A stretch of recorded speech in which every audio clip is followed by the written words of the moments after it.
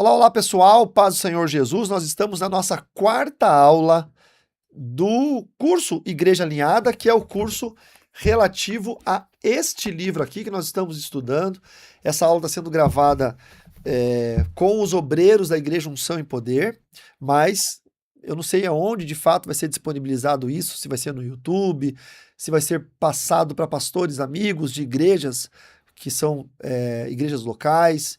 A gente não sabe a destinação do futuro dessas aulas, mas é muito importante que a gente deixe-as gravadas. Lá no cantinho os irmãos estão assistindo a aula comigo ao vivo hoje. Paz do Senhor, irmãos. Paz do Senhor. Em ordem aqui, ó. Lá em cima, em ordem alfabética. Não, alfabética não. Em ordem horária. É isso? Pastor Alceni, pastora Fábio, Leandro e Denise, Leandro Ferraz e Ju. Aí lá embaixo o Guilherme está chegando, no meio Francine, do lado Francine, Carlos, Eric e pastora Juliana, são os pastores da nossa igreja sede. A Fernanda e o Jones só dá para ver o homem. Puxa o Jones aí, Fer, puxa o Jones. Ó, o Jones, Johninho. Para quem não conhece, o Johninho tem um apelido muito carinhoso na igreja, que é o meu preferido. Aí tem ali em cima deles a Jéssica e o Rudy, aqui pro lado tem a Ana e o André, tem no meio o Alexandre e a Dani, a Kelly e o Vandrigo lá no canto, o Adriano aqui no meio já falei, e a Sil é a esposa do Adriano, é isso? Sil Góes? Tá no trabalho e tá estudando, não acredito nisso, não é possível. Isso que é, ó, obreiro bom é obreiro, né? Comprometido. Hoje nós vamos falar então sobre salvação, graça, arrependimento e novo nascimento. No nosso livro está na página 157, é o capítulo 5. Gosto sempre de reforçar, é a aula 4, mas é o capítulo 5, porque no livro tem um capítulo inicial que é a história da fundação da Igreja Unção e Poder. Então, o capítulo 1 é a história da fundação da igreja, o capítulo 2 é a aula 1, capítulo 3 é a aula 2, capítulo 4 é a aula 3 e o capítulo 5 é a aula 4. Vamos a ela, então. Vamos à nossa aula de hoje. Salvação, graça, arrependimento e novo nascimento. Igreja Alinhada, fundamentos bíblicos para uma cultura cristã saudável. A salvação é a obra da graça de Deus em Cristo, recebida pela fé, acompanhada de arrependimento e evidenciada por uma vida transformada. Então vamos começar a nossa leitura por esse quadro azul, que é o coração do Evangelho. A salvação não é apenas um tema doutrinário, ela define o tipo de igreja que seremos. Se a igreja entende mal a salvação, ela prega mal o Evangelho. Se prega mal o Evangelho, forma mal os discípulos. Se forma mal os discípulos, cria uma cultura espiritual adoecida. Isso é muito importante para nós entendermos. Então, o que o Evangelho não diz, tá? O que o Evangelho não diz? O Evangelho não é apenas Deus aceita você do jeito que está para sempre. A salvação não é reforma externa, melhora de hábitos ou uma maquiagem do comportamento. A salvação é outra coisa. O que o Evangelho diz? Tá bom? O que o Evangelho diz? O Evangelho diz: Deus salva você em Cristo, perdoa seus pecados, faz você nascer de novo, adota você como filho e começa uma obra de transformação até a glorificação. Então, nós entendemos que salvação é o tema principal de uma igreja. Uma igreja que tem pregado muitos outros temas ao longo do mês, do ano, de um trimestre, de um semestre. E nesses temas não está salvação, é uma igreja que está adoecida, que a cultura do reino dessa igreja é uma cultura adoecida, ok? Concordam comigo? Todos? Vamos lá? Então, quais são os fundamentos bíblicos, tá? A gente vai pensar um pouquinho sobre isso. O único caminho. Isso aqui é o nosso beabá da vida cristã, não é? Opa, vamos aumentar a tela aqui. A necessidade do novo nascimento. João 3, do 1 ao 18, é a visita de Nicodemos a Jesus, quando foi à noite falar com Jesus. Jesus disse ao religioso Nicodemos: se alguém não nascer de novo, não pode ver o reino. Conhecimento religioso que Nicodemos tinha, tradição religiosa, que ele era um membro principal do Sinédrio, que eram os 70 anciãos judeus que definiam toda a parte da estrutura religiosa, política e social naquela época em Jerusalém, não substituem o novo nascimento. É uma obra regeneradora do Espírito Santo. Então, assim, quando a gente vai para Cristo, todos nós vamos com valores, concordam comigo? Pouca gente vai no fundo do poço, né? Mas acontece, né? O cara tava no fundo do poço, perdeu tudo, morreu todo mundo, tá drogado, tá lá todo urinado na rua, e aí um pregador encontra ele tava no fundo do poço, aí ele encontra Jesus. Ok, tem esses testemunhos muito fortes, mas a maioria esmagadora da igreja hoje em dia são pessoas normais, comuns, pessoas boas, trabalhadores, estudantes, pessoas de família, têm seus vícios, seus pecados, mas encontram salvação em Cristo Jesus e vão congregar numa igreja. Qual que é a diferença, irmãos, de você ter uma pessoa com uma vida toda destruída, que alcança salvação em Jesus, e você pegar uma pessoa boa da sociedade que vai para a igreja? A diferença é que aquele que estava no fundo do poço, ele valoriza mais a salvação. Ele sente mais a salvação. A salvação tem mais valor, porque teve a troca, o paradigma de onde estava para onde está agora é muito grande. Já aquele que tem uma vida boa, aquele negócio todo, e vai para a igreja, e ali, normalmente, ele vai ter a tendência de entrar em grupos mais parecidos com ele. Então, se ele for um cara não dado à espiritualidade, ele não vai andar com as irmãs do coque da igreja, né? Nossa igreja nem tem as irmãs do coque, mas pra vocês entenderem, né? Ele vai andar com os caras ali que também não são tão de oração. Então acaba que a igreja se torna apenas uma maquiagem social, uma maquiagem de comportamento. E isso a nossa igreja não pode ser nunca. Quantos estão entendendo onde eu quero chegar? A maquiagem comportamental é o erro da doutrina da hipergraça, que é uma doença nos dias de hoje. Isso nasceu já há alguns séculos atrás, tá bom? Quando houve iluminismo no final do século XV, final da Era das Trevas, do medievo, da Era Medieval. Com o iluminismo, a gnose, né, o conhecimento começou a expandir muito, e aí veio os Illuminates. Vocês já devem ter ouvido falar dos Illuminates. Eles são frutos do iluminismo.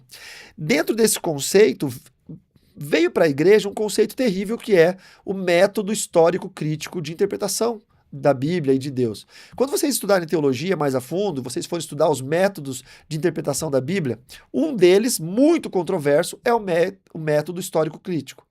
Esse método histórico crítico pega o conhecimento humano e as experiências pessoais para moderar ou para interpretar a realidade de Deus. Eu vou falar uma palavra dura aqui, irmãos, mas a gente fala isso no dia a dia, vai ficar gravado, mas vai ficar meio chato. Mas é tipo o poste mijando no cachorro. Em vez de a gente se submeter à soberania de Deus para que Deus nos dê revelação da sua palavra, é a gente querendo entender a palavra com o nosso conhecimento humano pequenininho. Entendeu? E por que eu tô falando isso? Porque isso acontece, isso foi uma base para uma distorção de cultura do reino, que hoje chegou a esse limite de pessoas estarem na igreja simplesmente porque se sentem bem. É a maquiagem social. É a maquiagem comportamental. Não, ó, toca aquela música no louvor, porque quando você toca aquela música no louvor, acalma o meu coração. Peraí, meu irmão, quem foi que disse que música de louvor é para acalmar o coração? De gente agoniada. Então, mas isso é a maquiagem social. É a maquiagem comportamental. Então, a salvação não é isso, ok? Nós temos que combater esse tipo de movimento dentro da igreja. Então, veja, Nicodemos era religioso, era conhecido, tinha conhecimento religioso, tinha posição, tradição, mas isso não substituía a necessidade que ele tinha de nascer de novo. Jesus olhou para ele e falou: olha, eu sei quem você é, eu sei do teu conhecimento, da tua posição, eu sei do teu tamanho, da tua envergadura na sociedade judaica, mas se você não nascer de novo, você vai para o inferno. E é simples assim. Ok? Segundo, a exclusividade de Cristo, João 14,6. Jesus disse: eu sou o caminho, a verdade e a vida. A salvação, ninguém vem ao Pai senão por mim. A salvação não é genérica, nem baseada em espiritualidade. Espiritualidade vaga, né? A igreja não anuncia apenas valores morais, ela anuncia Cristo como o único Salvador. Então, a exclusividade de Cristo na igreja, só Jesus salva. Eu, segunda-feira, Eu tenho um programa, né, no YouTube, o Carlos Ribas Responde, e aí teve uma pergunta de um crente, e o crente depois falou que era crente desde de pequeno, dizendo que, perguntando sim, se um bombeiro, num ato heróico, altruísta, acabar morrendo para salvar a vida de alguém, mas esse bombeiro é ímpio, ele não é crente, nunca foi para a igreja, nunca entregou a vida dele para Jesus, é um ímpio, mas ele é um bombeiro. Se num ato heróico, lá no incêndio, ele entrou numa casa e acabou morrendo queimado, mas salvou uma criança, jogou a criança pela janela, salvou a criança e ele morreu. Então ele morreu no lugar daquela pessoa. Se isso faria com que ele fosse salvo? É claro que não. É claro que não. Mas um crente que depois falou no programa que desde os 8 anos de idade vai na igreja. Aí eu não sei se ele também, às vezes é um mocorongo, né? Às vezes é aqueles crentes que vão só pra pegar piolho na igreja. Pode ser. E pra comer merenda na cantina e nem paga. É aqueles que ficam devendo. É aqueles que os irmãos vão no culto dar recado. Falam, irmãos, quem tá devendo na cantina, olha aí. É desse tipo de crente. Não sei se tem lá em Barracão, em Palmas, mas todo lugar tem. E, ou às vezes tem algum problema também, vai saber. A gente não conhece as pessoas no YouTube, às vezes o cara tem um problema mesmo. Ou é uma igreja ruim. Ele é uma boa pessoa em uma igreja ruim. E acontece muito isso, irmãos. Boas pessoas em igrejas ruins. Pessoas tão simples e tão honestas e tão ingênuas que acabam sendo enganados, não porque eles são suscetíveis ao engano, mas porque eles são críveis, eles acreditam na voz do pastor. E aí o pastor coloca outros pontos de salvação que não a exclusividade de Cristo. Se vocês ouvirem, seja na nossa igreja ou qualquer outra igreja, que existe algum outro tipo de forma de você ser salvo que não seja exclusivamente por Jesus, saia da igreja. Se for na unção e poder, me chamem na hora, na hora, na hora, na hora. Falem assim, o pastor, o obreiro, o irmão fulano falou no culto que tem um outro jeitinho de ser salvo que não é através de Jesus, mas me chamem na hora. Em nome do Senhor Jesus, pelo bem do corpo de Cristo. Se um dia vocês me ouvirem falar isso, me liguem na hora. Falem assim, pastor Carlos, o senhor tá ficando maluco. Olha o que o senhor acabou de falar, tá doido. Me ajudem. O que eu posso ter ficado louco? E aí vocês têm que me ajudar, vocês têm que me internar. Então, por favor, irmãos, um ajude o outro, ok? Mas que nunca a gente fuja da exclusividade de Cristo. E aí o chamado ao arrependimento. Atos 2, 37 e 39 e Atos 4, 12. Arrependei-vos. Deixa eu tirar o mini daqui.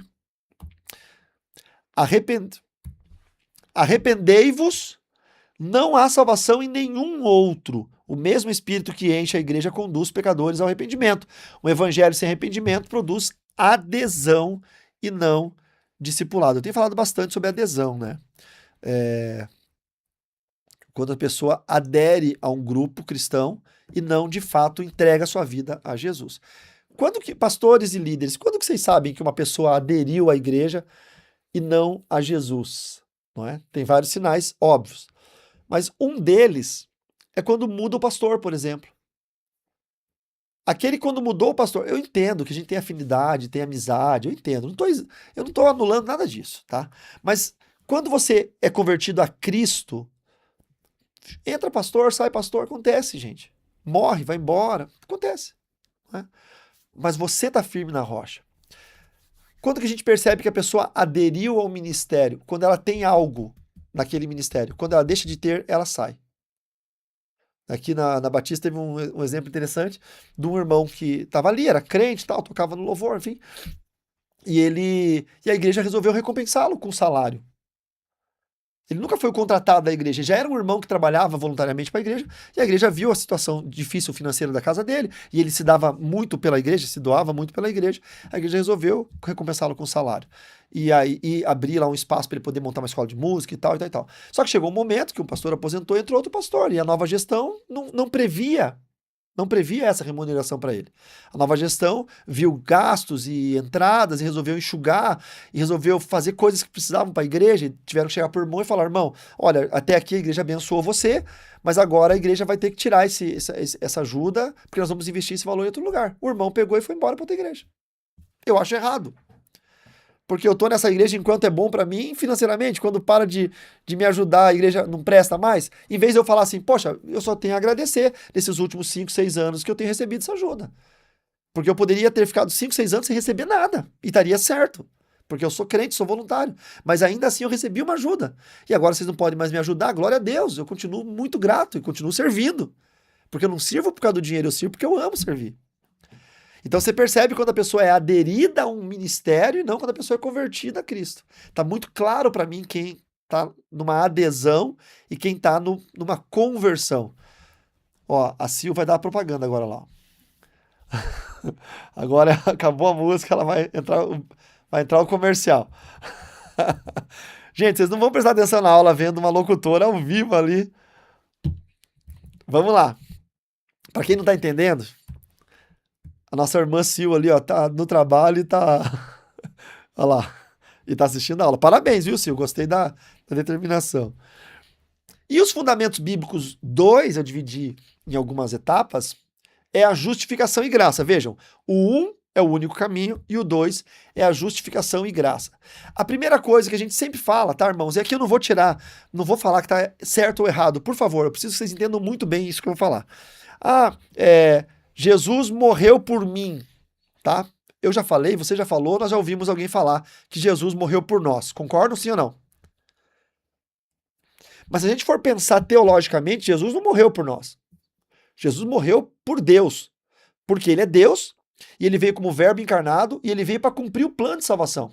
Lá no passado, no Éden, quando o homem pecou, a profecia sobre a serpente foi: você morderá o calcanhar, e o descendente da mulher pisará a sua cabeça. Então Jesus veio por nós, sim, como Salvador, e morreu em nosso lugar, porque o salário do pecado é a morte. Nós estamos condenados à morte pelos nossos delitos e pecados. E aí Deus mandou o Cordeiro único dele, Cordeiro único de Deus, o Cordeiro de Deus tira o pecado do homem, que é puro, sem mácula, sem ruga, sem nenhum defeito, Cordeiro ilibado, que se sacrificou no nosso lugar. Então não é que ele morreu por nós, ele morreu em nosso lugar. Tem uma diferença. Quando a gente fala que ele morreu por mim, significa que não sei se é um excesso de preciosismo que nós temos, até a gente deve ter, sim, entender que nós somos preciosos aos olhos do Pai. Mas a teologia vai nos dizer que ele morreu para cumprir um plano de Deus. Não é? E tanto é que o plano de Deus é tão perfeito que Jesus continua amando as pessoas que estão no inferno. Ou você acha que o cara que foi condenado e foi para o inferno, Jesus deixou de amar a pessoa? Não, ele continua amando. Mas, infelizmente, a decisão daquela pessoa foi ir para o inferno. Jesus nunca mandou nenhuma pessoa para o inferno. E essa é outra verdade bíblica que a gente esquece. Deus não manda pessoas para o inferno. O inferno não foi preparado para a humanidade, foi preparado para Satanás e seus demônios. A pessoa decide para o inferno. A pessoa decide recusar o Cordeiro de Deus, rejeitar a graça salvadora do Pai, rejeitar a comunhão do Espírito Santo e ir para o inferno. Então Deus continua amando aquela pessoa, só que tem um abismo agora entre ele e Deus, porque ele está no inferno. Então, o fundamento bíblico 2 é a justificação pela graça. Todos pecaram e carecem da glória de Deus, está lá em Romanos 3, verso 23. O pecado nos coloca em inimizade e condenação. Mas Deus, lá em Efésios 2, Deus prova o seu amor agindo em favor dos pecadores indignos. A graça não é recompensa. A graça é um favor imerecido. E aí nós somos justificados pela graça. Por isso que é justificação. Justificados pela fé, temos paz com Deus, Romanos 5:1.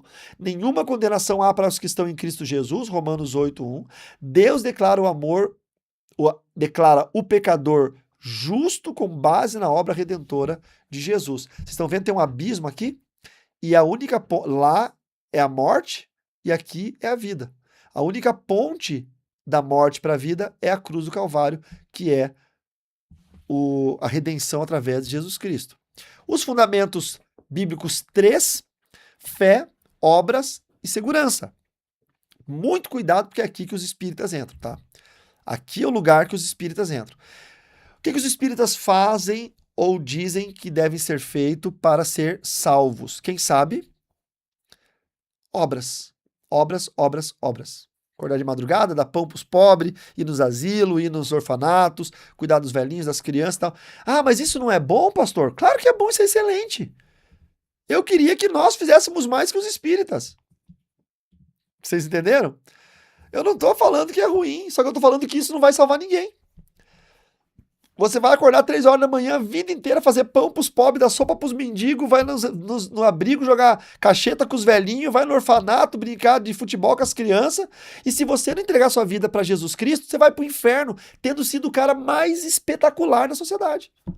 Você foi o melhor cidadão, ganhou prêmio de cidadão do ano, ganhou monção lá no. Cadê o meu vereador? Tá ali o André. Vai ganhar plaquinha lá na Câmara dos Vereadores de Palmas, cidadão do ano, monção de aplauso, não sei o quê, e vai pro inferno, meu filho. Porque a salvação não é pelas obras. Ah, mas então eu não entendo. Não é para entender. Uma coisa é salvação, outra coisa é caráter humano. A obra você faz porque você é salvo. Por isso que a fé sem obras, ela é morta. Entenderam? Se eu tenho fé e não faço nada, eu estou matando a minha fé. Eu estou provando que eu não tenho fé. Mas por que eu faço obra? Para ser salvo? Não. Eu faço obra porque eu já sou salvo mediante a fé, justificado pela graça de Jesus Cristo. Então, nós temos que ter esse viés muito claro, queridos. Muito claro. Vejam, vamos no primeiro quadradinho ali da balança, salvos pela graça, o apóstolo Paulo, né? Pela fé sois salvos, mediante a fé, não de obras, para que ninguém se glorie, está lá em Efésios capítulo 2, versos 8 e 9. E a outra bandeja aqui, outro prato da balança, Tiago diz isso lá em Tiago 2, evidenciados pelos frutos. A fé sem obras, ela é morta. Então, por um lado, eu sou salvo pela graça e não pelas obras, para que eu não use isso para me gloriar, para dizer que eu sou melhor do que você, pelas obras que eu faço, mas por outro lado, o outro peso da balança, eu tenho que fazer obras, senão eu estou provando que a minha fé é morta. As obras não são a raiz da salvação, são o fruto. A raiz da salvação é a fé. E as obras são o fruto. Não somos salvos por obras, por boas obras, mas somos salvos para boas obras. Efésios 2, 10. E aí há uma segurança em Cristo. Essas coisas vos escrevi para que saibais que tendes a vida eterna. 1 João 5,13. A segurança da salvação não gera arrogância ou licença para pecar, mas gratidão, perseverança e uma nova criação, como diz lá em 2 Coríntios, capítulo 5, verso 17. Então, se a gente for pensar em uma síntese doutrinária, qual que é a resposta a esse evangelho? Né? Nós temos uma triunidade. Eu não vou usar a palavra triunidade porque vai ficar muito perto de Deus. Eu quero falar sobre um trinômio, graça, fé e arrependimento. Esse trinômio, está muito próximo da triunidade de Deus e da tricotomia humana, serve para explicar como funciona a salvação. Graça é a iniciativa, fé é o meio e o arrependimento é a prova, é a mudança. Graça é um favor imerecido, concedido a pecadores indignos, não é recompensa nem salário. A mesma graça que perdoa também educa, transforma e conduz à santidade. Isso é graça. Fé salvadora. Confiança pessoal em Cristo, recebendo-o como Salvador e Senhor, não é mero pensamento positivo, é olhar para a obra de Cristo em vez de olhar para os méritos humanos. E aí, por fim, o arrependimento, que é a mudança de mente, coração e direção, envolve reconhecimento do pecado, abandono da rebelião e retorno a Deus. Sem arrependimento, a fé é um discurso vazio. Sem fé, arrependimento é apenas culpa. Tá bom? Então isso aqui é uma síntese doutrinária e é uma resposta ao Evangelho.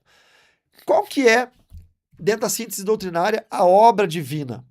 A gente cria aqui uma ordem, né, de lá para cá: conversão, regeneração, justificação e adoção. E essa ordem, irmãos, ela precisa ser observada. Ela não pode ser apenas ilustrativa. Ela é a ordem real das nossas vidas. Todos vocês precisam passar por isso. Já passaram, obviamente, que são obreiros. Todos vocês, tá bom? A primeira delas, né? Primeiro quadradinho, conversão. É a virada, né, da vida em direção a Deus. Inclui arrependimento e fé. A pessoa se volta das trevas para a luz, da autonomia para o senhorio de Jesus Cristo. Então, a pessoa que se converteu, ela parou de ter os atos das trevas. E aí é só você olhar, meu irmão, se o crente faz a mesma coisa que o ímpio faz em relação a pecados, ele não está convertido. tá? Ele não se converteu. Então o crente precisa fazer aquilo que Deus pré-estipula na sua palavra, ok? Depois da conversão vem a regeneração. É um novo nascimento, obra exclusiva do Espírito Santo que concede nova vida espiritual, produzindo nova disposição e sensibilidade para Deus. Onde é que está o batismo aqui? Na conversão ou na regeneração? Quem chuta? Hã? Na regeneração. Por quê? Porque muita gente levanta a mão dizendo que se converte, mas não se regenera. Quem já fez a obra no presídio? Já fizeram a obra no presídio? A gente já fez muitos anos obra em presídio. Todo culto você faz um apelo, todo mundo aceita Jesus. Todo mundo. Aí você sai. Aí depois vem um espírita. E prega a palavra lá e faz um apelo para kardecismo. Aí todo mundo vira kardecista. Aí o espírito sai dali, vai um judeu. Aí prega lá sobre Moisés, faz um apelo pro judaísmo. Aí todo mundo vira judeu. Aí o judeu sai, vai um muçulmano, faz um apelo pra Maomé. Aí todo mundo vira muçulmano.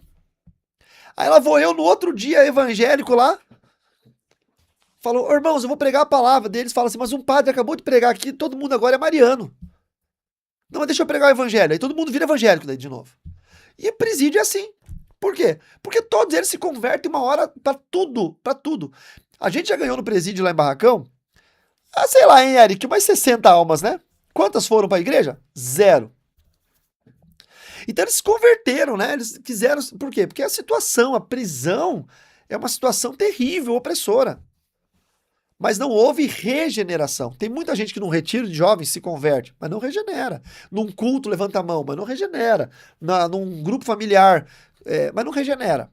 Quando que eu devo batizar essa pessoa? A gente vai ter uma aula só sobre batismo, tá? Quando ele demonstrar frutos de santidade, de conversão. Isso é a regeneração. É o novo nascimento, é a nova vida com Cristo. Só se batiza aquele que já entendeu a nova vida em Jesus Cristo. Então o batismo faz parte da liturgia eclesiástica, quando ele entra para o corpo de Cristo. O batismo não faz parte de uma estrutura evangelística. Eu estou evangelizando na praça, alguém recebeu a palavra, se batiza. Ah, mas daí vai ter o eunuco da rainha de Candace, que estava numa carruagem, Felipe leu Isaías para ele e ele se batizou. Mas ele estava vindo de onde? De Jerusalém, pois ele tinha ido adorar a Deus. Ele já era crente. Ele não pegou um louquinho que não sabia quem era Deus. Ele estava com dificuldade de entender as escrituras, mas ele já era crente. Ele estava vindo de Jerusalém porque ele tinha ido adorar a Deus. Então, entendo, tá? Mas a gente vai ter uma aula só sobre batismo, é interessante. A gente já dá essa pincelada. Justificação. Ato jurídico de Deus. Ele declara o pecador justo com base na justiça e na obra redentora de Cristo. Muda a nossa posição eterna diante de Deus. Então eu me converti, passei pelo processo de regeneração, que é onde eu tenho um novo nascimento, sou batizado, a partir do batismo eu sou justificado por Cristo. E aí a adoção, que é o ato gracioso pelo qual Deus nos recebe em sua família. Não somos apenas criminosos absolvidos, somos recebidos como filhos com identidade e herança. E aqui vem a Santa Ceia. Pegaram? Então, olha que loucura isso, né? Vocês só lembram do que vocês veem com seus olhinhos, né?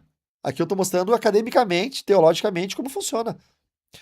Vocês veem a pessoa entrar na igreja, vocês convidam o amigo para ir na igreja, ele escuta uma palavra, ele chora, levanta a mão, aceita Jesus, começa a fazer discipulado com vocês, vai, batiza, toma a primeira Santa Ceia. Aqui eu estou mostrando os passos teológicos, doutrinários, eclesiásticos, para vocês entenderem como deve funcionar. Tem que ser assim, tá bom? Síntese doutrinária, vamos lá. Nós estamos dentro desse caminho. Síntese doutrinária é a caminhada do salvo. Então, o primeiro passo dessa caminhada é a santificação.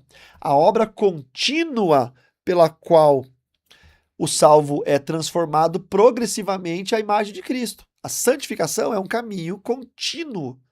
Não é a base da salvação, mas é a sua evidência. Envolve a ação do Espírito e a obediência humana. O que é também? Perseverança e obras. É a continuidade da fé verdadeira até o fim.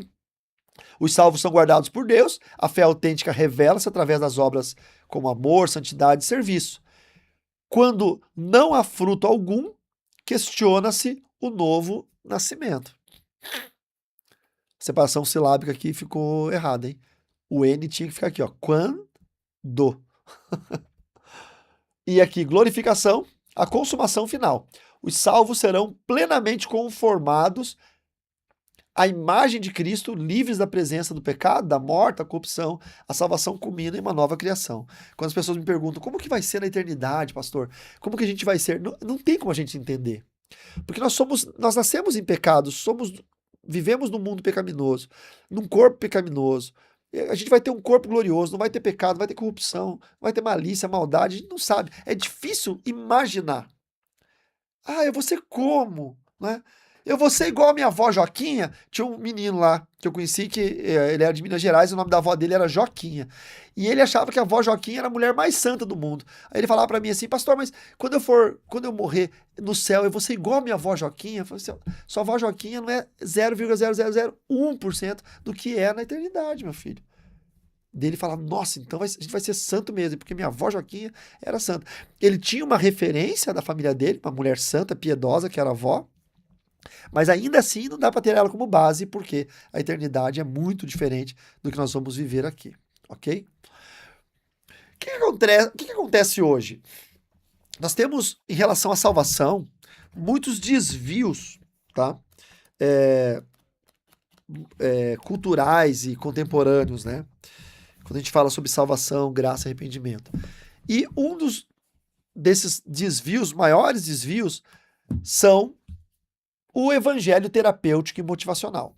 A gente passou por várias fases disso, não na nossa igreja no Sonho e Poder, nas igrejas, né, no corpo de Cristo, e nós sempre batalhamos, batemos o pé no chão e sempre falamos, irmãos, nós não podemos cair na onda coach, tá? Coach. Eu fui numa igreja uma vez para pregar, antes da minha pregação o pastor fez uma preleção ali, e ele falou, irmãos, quantos estão com problemas? Aí todo mundo levantou a mão, né? Brasileiro não desiste, né? Sempre tá com problema e não desiste nunca. Então feche seus olhos, todo mundo fechou os olhos. Imaginem na frente de vocês um abismo. Todo mundo deve ter imaginado. Eu não imaginei, porque eu fiquei de olho aberto. E aí ele falou assim: esse abismo são seus problemas, amém. Todo mundo, amém. Agora você vai dar um pulo aí, dá um salto. Aí todo mundo deu um salto. Vocês acabaram de saltar esse abismo, ou seja, vocês saltaram os seus problemas. E agora você pode glorificar a Deus porque vocês estão livres dos seus problemas. Hã? É só isso? Por que eu oro tanto então? Por que eu jejuo tanto? Por que eu faço tudo certo? Eu devia ter aprendido com esse pastor aí, que era só fechar o olho e dar um pulinho na igreja, que resolvia todos os meus problemas. Isso aí é evangelho motivacional. Isso é evangelho coach. Não aceitem, irmãos, tá? Nós temos aqui pastores, obreiros, líderes. Não aceitem nada menos que o evangelho de Jesus Cristo dentro da igreja. Não aceitem, rateiem, briguem, batam o pé. Entendeu? Se porventura um dia eu convidar um pregador que vai aí na igreja de vocês e fale umas groselhas e fale, me chamem, por favor, e falem assim, pô, pastor Carlos, deu mole, hein? A gente gosta do senhor, mas o senhor pisou na bola. Por quê? Pô, o pregador que o senhor mandou aqui só falou plá com plé, não falou nada com nada, coisa com coisa, contou de tudo e não contou de nada. Não falou de Jesus em momento nenhum. Eu vou publicamente, eu vou na igreja de cada um de vocês e falo assim, irmão, me perdoem. Eu pensava que era homem de Deus, eu conheci ele em outro momento, mas deu mole. Não aceitem evangelho motivacional, tá bom? Isso é um problema contemporâneo, que é o evangelho terapêutico e motivacional. Por quê? Porque ele reduz Jesus a um curador de emoções, solucionador de traumas ou um meio de conquistar sucesso pessoal e riqueza. Ele reduz Jesus a isso. Não significa, queridos, que Jesus não cure os traumas. Não significa que Jesus não nos faça conquistar alguma coisa. Não é sobre isso. É reduzir Jesus somente a isso. Qual é a nossa resposta bíblica? Cristo cura e transforma, sim. Mas o centro da salvação é a reconciliação com Deus, a libertação da ira vindoura. O evangelho exige renúncia. Qual que é um outro desvio contemporâneo? O legalismo e a segurança falsa. Né? Esse legalismo religioso de hoje, né? Troca a graça por regras de aparência e desempenho religioso e confia em rituais do passado enquanto vive um pecado deliberado. Qual que é o legalismo? É a igreja que não quer que a mulher corte o cabelo, é a igreja que, sei lá, tem tanta coisa, eu tenho até medo de falar hoje em dia. Tem regras e regras e regras. Tem igrejas que ritos judaicos e e ordenanças que, se você não cumprir, o pastor estipula uma certa obrigatoriedade de coisas, uma observância de ritos, de regras, e que se o irmão, se o crente não cumprir, ele está debaixo de uma maldição. Pelo amor de Deus, gente. Né? Cristo nos trouxe liberdade. Tá? Então, qual que é a nossa resposta bíblica para isso? Salvação é unicamente pela graça, sem mérito humano nenhum, mas a fé genuína invariavelmente produz arrependimento e nova vida no Espírito. E mais um desvio contemporâneo é a hipergraça e o decisionalismo superficial, que é quando oferece graça sem arrependimento e reduz a conversão a levantar a mão em um culto sem discipulado, sem transformação. Não é? A pessoa levanta a mão, diz que aceitou Jesus, mas continua homossexual, continua viciado em álcool, continua viciado em tabaco, e hoje o tabaco não é só o cigarro, tem vape, tem as coisas árabes que os caras fumam, tem tanta coisa. Então a pessoa ainda continua viciado nisso, né? E aí fica naquela desculpa que é de vez em quando, fica na desculpa que caiu. Não, eu parei de beber. Mas daí foi numa festa da firma, tomou lá um drink. Não, eu caí, eu fraquejei, eu tenho uma fraqueza pela bebida, eu caí, mas eu já tô de volta. Calma, gente. Pecado é pecado. Pecado tem consequência. Pecado tem que ter renúncia, tem que ter confissão. Caiu no pecado porque bebeu uma cachaça, uma caipirinha, uma cerveja, vai pro chão, dobra o joelho, peça perdão a Deus, confesse o pecado do seu pastor, peça a Deus um tempo para ser curado, para você vencer isso, porque se você não fizer isso, vai cada dia mais um episódio mais próximo do outro, mais próximo do outro, mais próximo do outro, daqui a pouco é todo dia, daqui a pouco você está desviado e é um alcoólatra. Então, tem que se ter noção de que entregar a vida para Jesus é sair desse mundo. Graça sem arrependimento é hipergraça. A graça bíblica custou o sangue de Cristo. Ela liberta do domínio do pecado, educando-nos para uma vida santa e piedosa.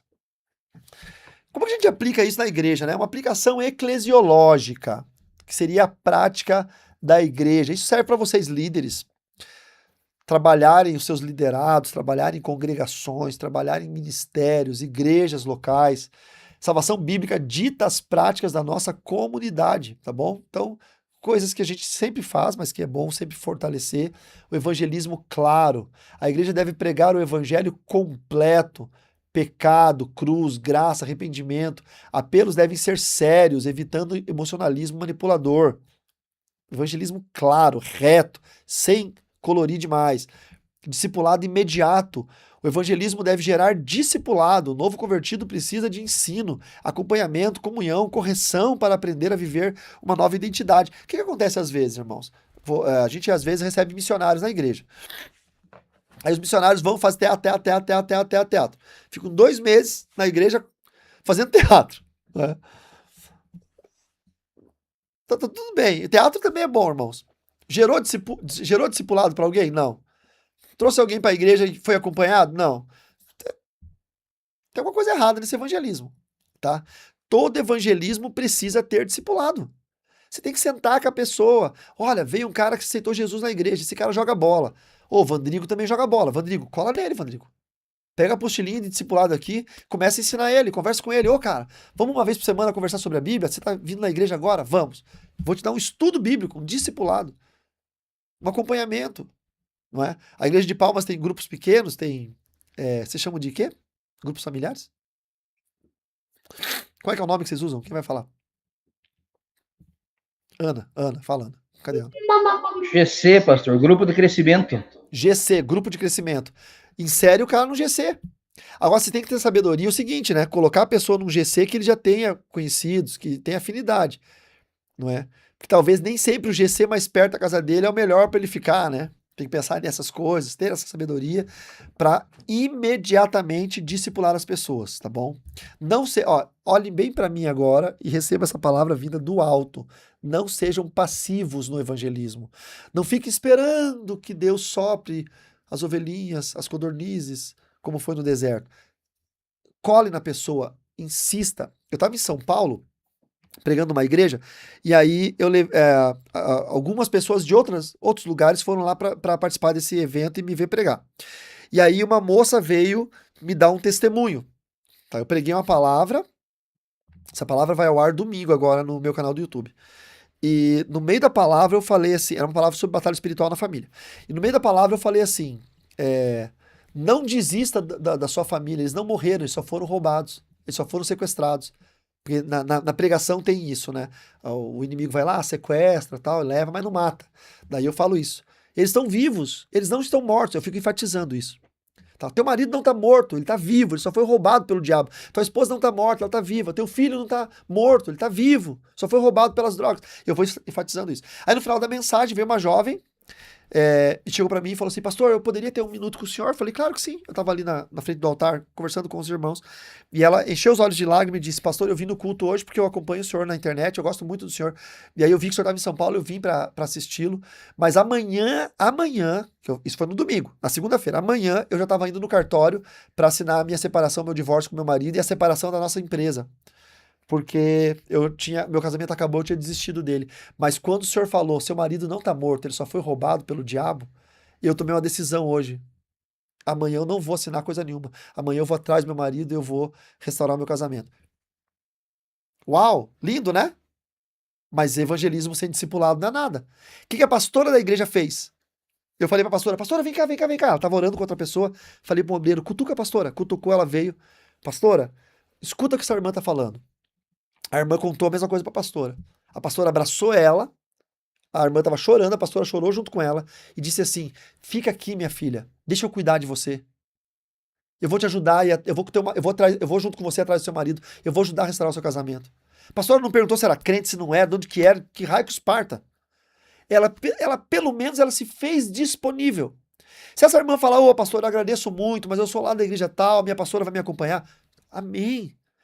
Só que até ela pensar quem é a pessoa, a primeira fala dela foi, estou aqui, eu sou disponível, eu quero te acompanhar. Aí eu trouxe o sargento Vitor, que é um sargento da Rota, que é a Polícia de São Paulo, que eu dou mentoria para ele já há 5 anos. E acompanho ele. E aí ele foi com a Priscila, que é a esposa dele. E daí o Vitor falou, pô, eu tô indo lá na igreja, lá no Tatuapé, sei lá o quê, aquele jeitão dele. Mas eu moro agora aqui perto, aqui. Nossa, eu gostei demais dessa igreja. Aí o pastor pegou e falou assim, pô, Vitor, seja bem-vindo, irmão. Se você não tá procurando uma igreja para congregar, aqui é o teu lugar, eu quero te acompanhar. Aí a pastora, que é a esposa do pastor, abraçou a Priscila, a esposa do Vitor, e disse assim, deixa eu cuidar de você. Vem para cá que eu vou cuidar de você. Se colocando disponível.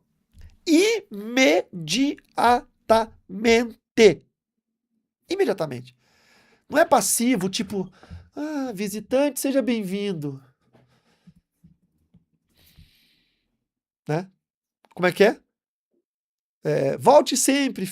Se ficou contente, fique com a gente. Aquelas riminhas. Não, é um evangelismo, é uma ação discipuladora ativa, não é passivo.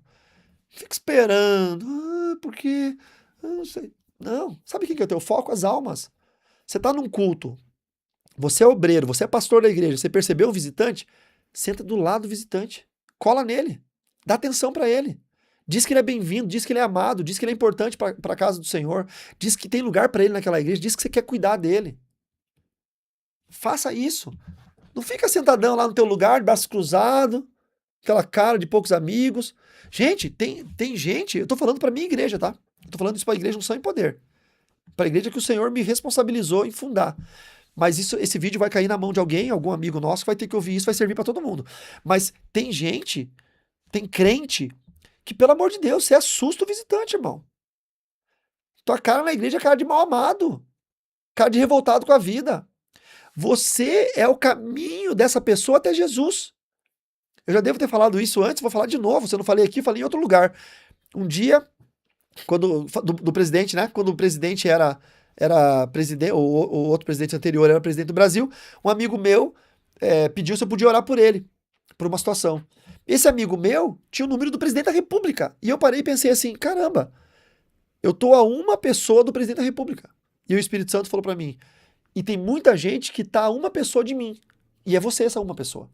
Você comunga com pessoas que não me conhecem, mas você me conhece. Então, entre essa pessoa e Deus, tá a gente. Nós somos essa barreira que falta para essa pessoa chegar em Jesus. Só falta uma pessoa de distância para Jesus, para essa pessoa conhecer Deus. E essa uma pessoa de distância somos nós. Então, quando a pessoa chegar na igreja, sejam ativos. Chegou no culto, não fica que nem uma múmia parada na cadeira olhando para o altar. Fica olhando para a igreja. Chegou um visitante, vou sentar lá. Ai, pastor, mas eu tenho vergonha. Coloca a mão no coração aí, deixa eu profetizar na tua vida. Pode colocar a mão no coração. Em nome de Jesus, você vai vencer essa vergonha. Você não vai ter vergonha de falar do amor de Jesus. Você não vai ter vergonha de evangelizar. Você não vai ter vergonha de sentar do lado de alguém na igreja. Você vai vencer isso em nome de Jesus. Diga amém. Amém? Uma das coisas que a gente tem que ser reconhecidos na Igreja Unção e Poder, essa é uma marca da nossa igreja, é o acolhimento às pessoas.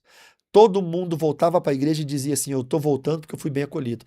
Já houveram vezes que eu achei que tinha arrebentado na pregação e a pessoa foi para frente para entregar a vida a Jesus porque foi bem acolhido, porque foi recebido com amor, com abraço, com atenção. Uma obreira ficou do lado, o obreiro ficou do lado do rapaz, o rapaz chorando, o obreiro abraçado com o rapaz, o culto inteiro.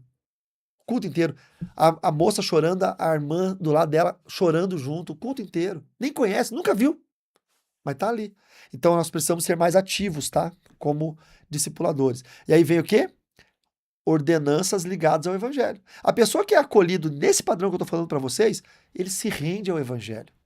O batismo testemunha publicamente a união com Cristo. A ceia deve ser celebrada com reverência, memória da graça e autoexame espiritual.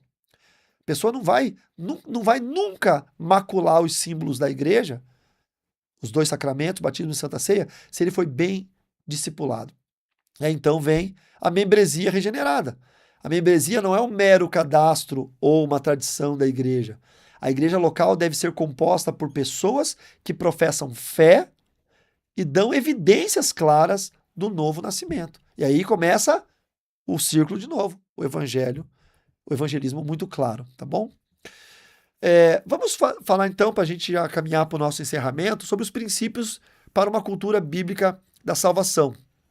Tá? Isso aqui é muito importante para todos nós, tenho certeza que a gente precisa pensar sobre isso, ok? Vou fazer uma pergunta para quem está ao vivo aqui, vocês concordam que nós precisamos pensar sobre isso? Concordam?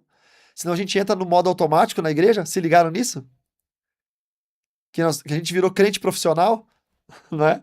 Nós somos crente profissional. Nós sabemos a roupa que o crente usa, a Bíblia que o crente leva, o jeito onde o crente senta, a hora de levantar a mão, a hora de bater palma, a hora de cantar, as dancinhas no louvor. Nós somos crentes profissionais, irmãos. Só que a gente esquece os princípios da salvação. E aí a gente não alcança mais as pessoas. Vou ser sincero, eu vejo igrejas que todos os crentes são profissionais. Aí o visitante se sente um peixe fora d'água, porque o visitante não sabe esse movimento. Não sabe as falas, as frases, os uhul, os amém, os não sei o quê, o visitante fica perdido. A gente tem que ter essa empatia em trazer salvação para as pessoas. Então aqui, o primeiro lá, Cristo no centro da mensagem sempre. Digo amém, pelo amor de Deus. A igreja não deve apenas falar sobre as bênçãos de Deus, deve anunciar Cristo crucificado, ressurrecto e Senhor. Graça celebrada sem ser barateada. Graça não é barata, não é para qualquer um. É difícil alcançar a graça. Graça barata é perdão sem arrependimento e salvação sem Senhor. A verdadeira graça exalta o Cristo e produz obediência genuína. Arrependimento pregado com clareza. O arrependimento não deve ser omitido por medo de ofender. O verdadeiro evangelho chama pecadores a voltar-se radicalmente para Deus. A gente não tem que ter medo de ofender a pessoa. Não, eu quero falar sobre bebida, mas eu tenho medo porque tem um irmão ali que eu sei que bebe. O que ele vai pensar de mim? Ele tem que pensar que tu é um homem de Deus, que é uma mulher de Deus. Ele não tem que pensar que você é um banana que tem medo de falar a verdade de Jesus Cristo. Irmãos, pelo amor de Deus, tá? Nós somos chamados para pregar a verdade é complicada mesmo de ouvir. É doída de ouvir. Não sei vocês, mas eu já ouvi umas verdades que foi entendeu? De arrancar o couro. Mas vai fazer o quê? Eu tô nessa para valer. Eu não tô nessa de brincadeira. Você também tá nessa para valer. E novo nascimento diferenciado da religiosidade. A igreja deve focar em formar pessoas nascidas de novo pelo Espírito e não apenas indivíduos adaptados superficialmente à cultura evangélica. Vamos lá? Sobre salvação, libertação e vida no Espírito. Profundidade do novo nascimento. Uma pessoa pode precisar de libertação, mas sua necessidade mais profunda é a salvação em Cristo. Se eu expulso um demônio, mas não prego o nascimento, eu estou dando um alívio momentâneo. Expulsar uma influência maligna não substitui o novo nascimento. Domínio do pecado quebrado. A salvação liberta da culpa e também do domínio do pecado. O pecado não domina mais a gente. Cristo quebra as correntes do inimigo e a presença do Espírito sela o cristão, para não voltar a pecar. E o senhorio de Jesus Cristo. O objetivo da libertação espiritual não é apenas um alívio momentâneo, mas estabelecer governo de Cristo. Tirar o demônio que estava governando a vida da pessoa e colocar Cristo no centro da vida daquela pessoa, no trono da vida daquela pessoa. Cristo é o Senhor. A casa vazia, lá de Mateus 12, 45, precisa ser preenchida pela palavra santidade e discipulado. Vamos fazer as nossas declarações de alinhamento? O que nós afirmamos, e essas declarações precisam ser repetidas, tá? Os que estão na aula pela primeira vez, você vai falar aí na sua casa. Deixa eu tomar uma aguinha aqui.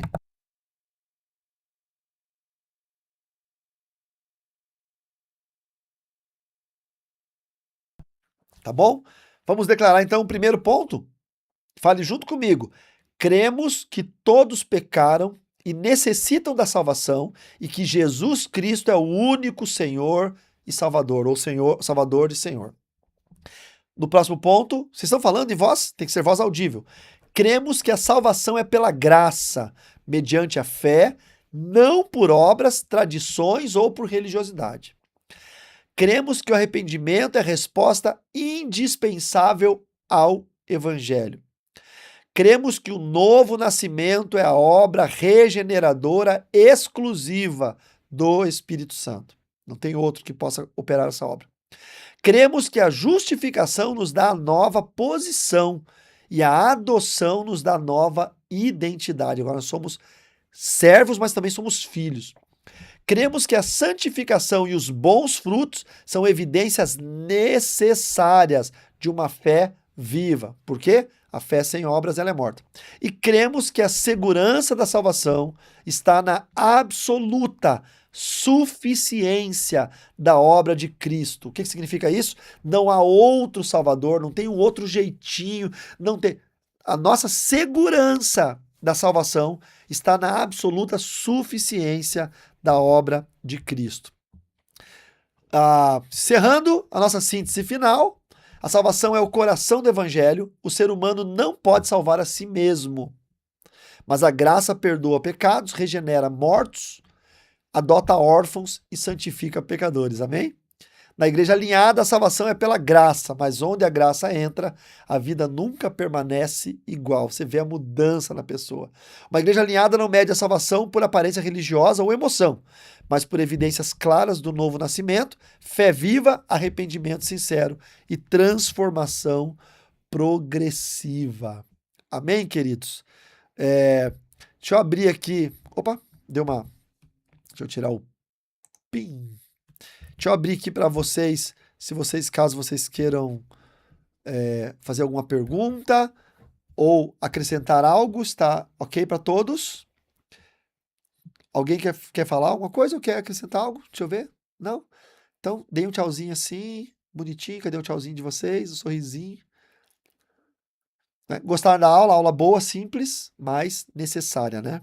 Aula necessária. O mais importante é que a gente precisa entender os princípios da salvação, da graça, do arrependimento, do novo nascimento. Então, você que é crente, não entre no automático, tá? O famoso crente profissional que eu falei, que vai para a igreja, senta ali, espera que alguma coisa caia no colo, e principalmente se for do céu, né? Opa, caiu uma benção aqui, sem que você sirva a Cristo de alguma forma. Leia e releia o livro, tá? Para quem não tem o nosso livro, Igreja Alinhada, você pode apontar a câmera do seu celular para esse QR Code aqui e comprar lá na editora. São 635 páginas de alinhamento doutrinário com a Bíblia, com a Igreja de Cristo, não a Igreja só em poder, a Igreja de Cristo, tá? E com a teologia da melhor qualidade, ou tá na descrição do vídeo aqui, que vocês vão assistir depois, também o caminho para você comprar esse livro na da editora Wiclap, ok? Que Deus abençoe todos vocês. Fiquem com a graça do nosso Senhor e Salvador Jesus Cristo. E aí eu espero vocês, obviamente, na próxima aula. Tchau, tchau.